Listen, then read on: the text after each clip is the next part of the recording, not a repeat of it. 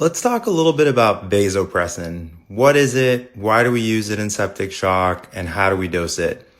So we know that vasopressin is a vasopressor, right? It's in the name. It squeezes blood vessels, vasopressor.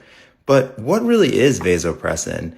This is a pressor that's hanged up a lot in patients in septic shock in the ICU. And if you work in the ICU, you're definitely going to hear it or you're going to order it at some point.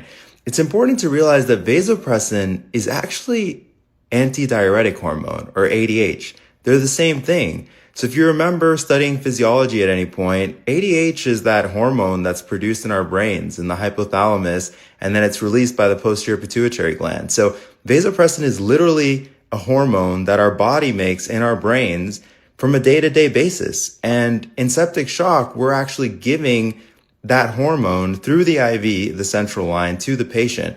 And so the question is why? Why are we giving a hormone that our body already makes when a patient's in septic shock? We already know that norepinephrine is the first line vasopressor for septic shock, and we'll debunk that at a later time.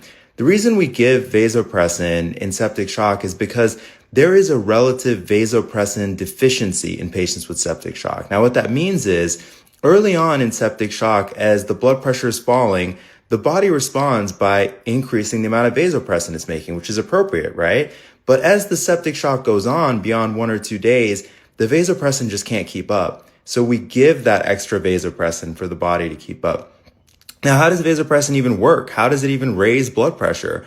Well, mainly by 2 things. One thing is it acts on the blood vessels themselves. In the smooth muscle of the blood vessels, there's something called the V1 receptor, and vasopressin stimulates that smooth muscle receptor to cause the blood vessels to constrict, to raise the blood pressure. The other thing that vasopressin does is, remember the name, antidiuretic hormone. It's against diuresis. It's against letting out a lot of water in the urine. So it reabsorbs water from the kidneys in the distal tubules in the collecting duct.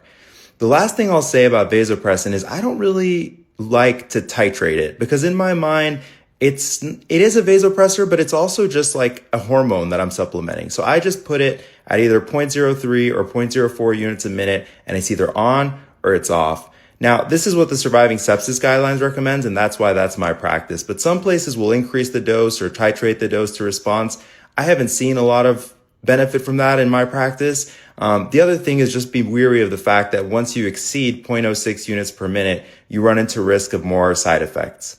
We'll talk a little bit more about vasopressin in the reels to come. When do you add it on? But remember, it's a hormone that's made in our body, but it has some really, really cool effects. More to come.